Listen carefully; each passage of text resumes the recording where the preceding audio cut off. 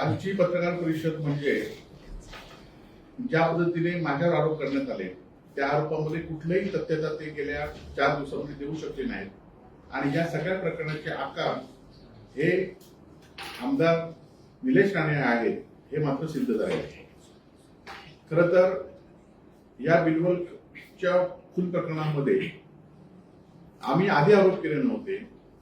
खून प्रकरणामध्ये सिद्धेश शिरसाट हे आरोपी झाल्यानंतर त्याला पोलिसांनी पकडल्यानंतर ज्या पद्धतीने आमदार निलेश राणे यांनी जिल्हा नियोजनच्या बैठकीमध्ये जिल्हा पोलीस प्रमुखांना 2 वर्षाची प्रकरण तुम्ही कशी काय काढताय आणि तिथपासूनच या प्रकरणाचे आकार हे निलेश राणे आहे.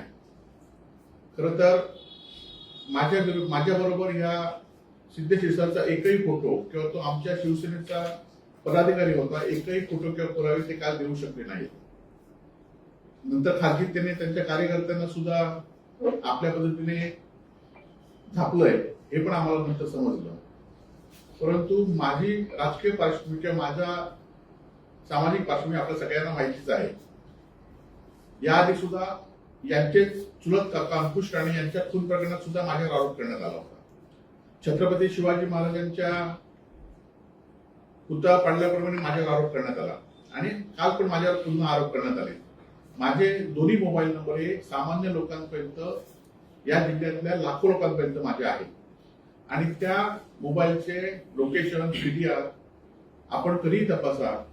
आपलेच पक्षातील गृहमंत्री आहेत, आपले वडील खासदार आहेत, जिल्ह्याचे पालकमंत्री आपले भाऊ आहेत, त्यामुळे हे कधी सीडीआर तपासा.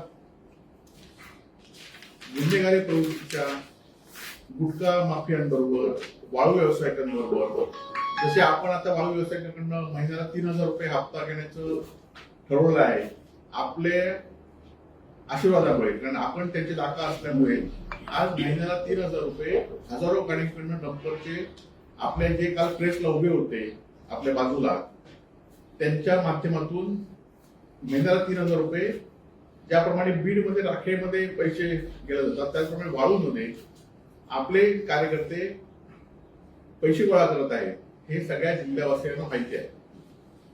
आणि त्यामुळे माझी पार्श्वभूमी आपल्याला माहिती असताना तुमची पार्श्वभूमी सुद्धा माहिती आहे.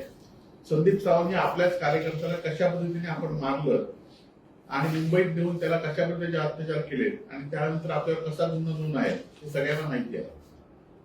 सिंधुदुर्ग किल्ल्यावरच्या राड्याप्रमाणे सुद्धा आपल्यावर आपण ज्या पद्धतीने वागलं ते सगळ्यांना माहिती आहे. आणि त्यामुळे आपली कशी पार्श्वभूमी आहे ही सगळ्या लोकांना माहिती आहे.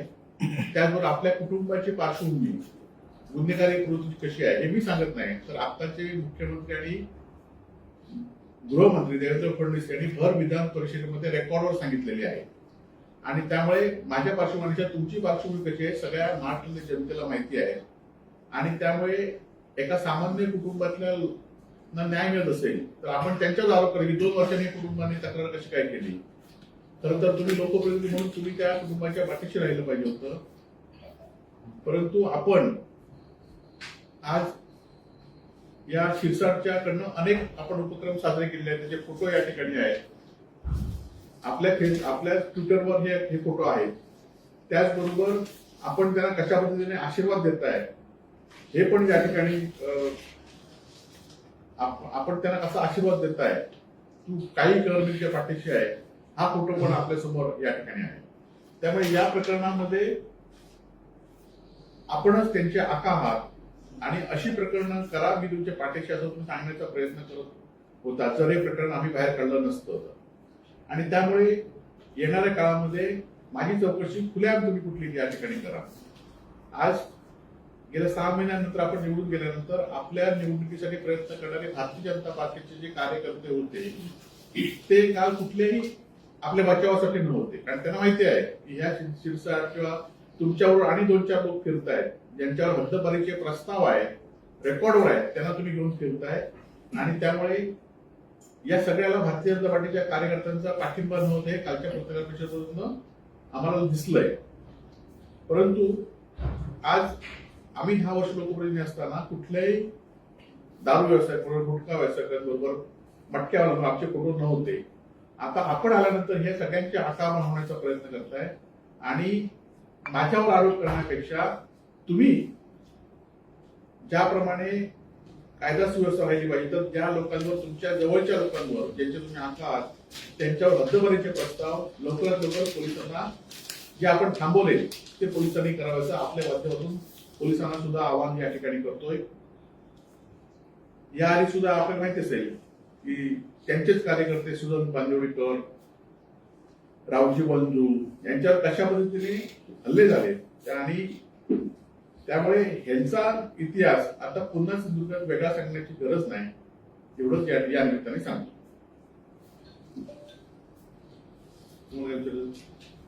निलेश राणे म्हणतात की 2009 पासून सिरसाट आणि नायकांचे संबंध होते, त्यांची सीडीआर रिपोर्ट चेक करा.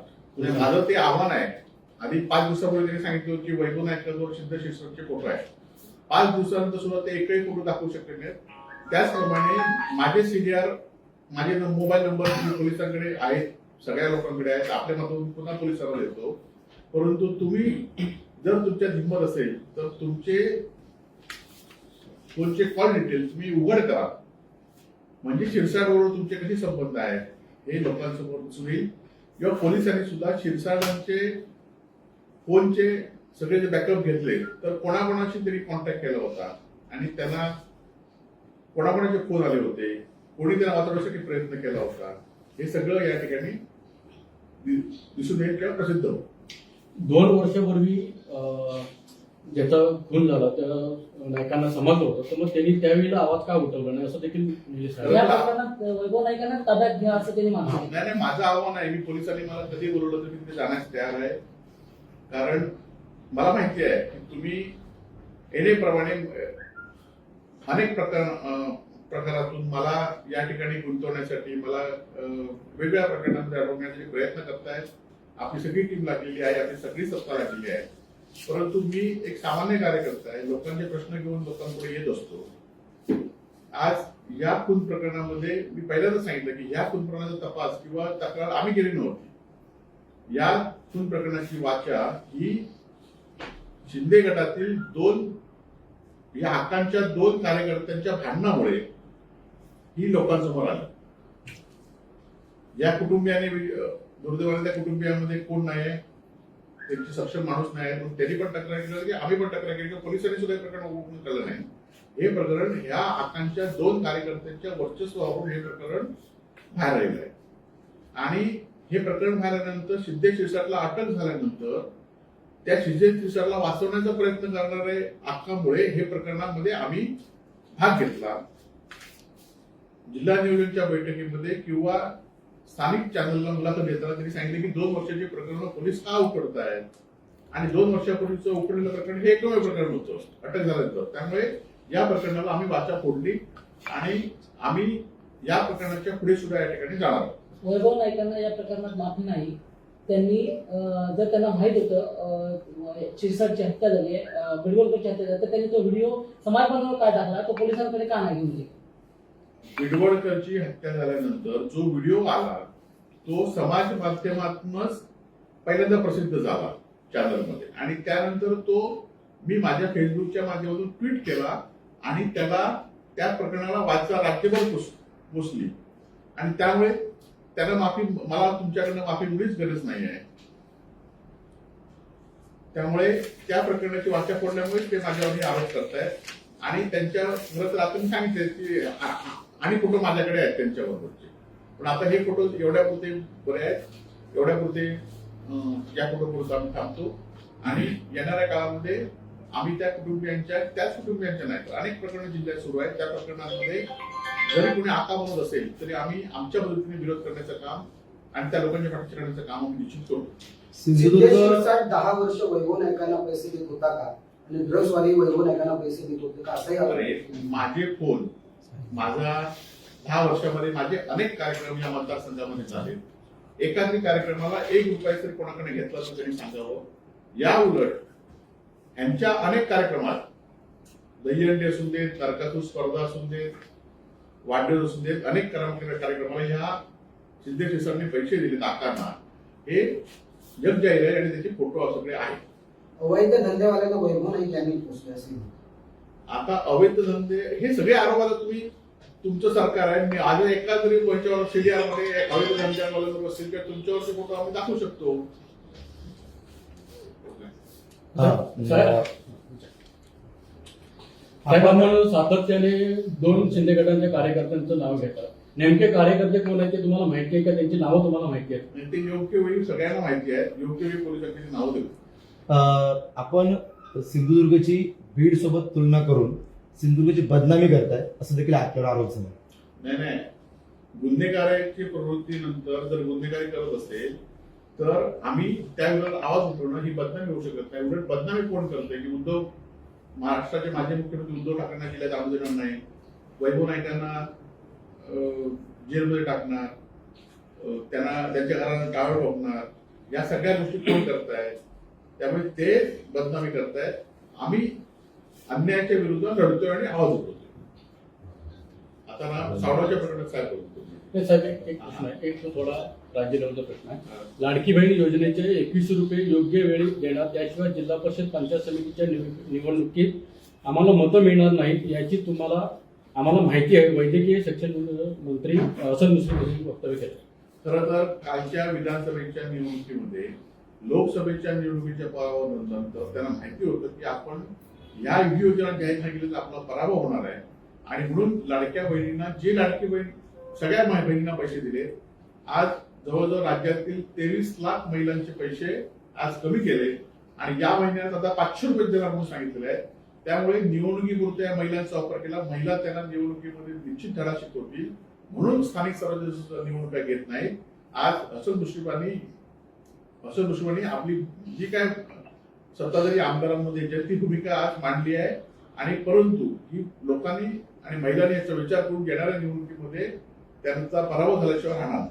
सर, स्वारगेट बलात्कार प्रकरणी एसटी बस स्टँड मधल्या जुन्या भंगारात पडलेल्या एसटी बस आहेत त्या अद्यापही हटवलेल्या नाहीत. तशीच परिस्थिती इतरही बस डेपोमध्ये आहे.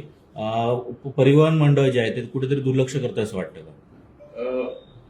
स्वारगेट अत्याचार प्रकरणात पूर्णपणे चुकीच्या दिशेने तपास सुरू होता.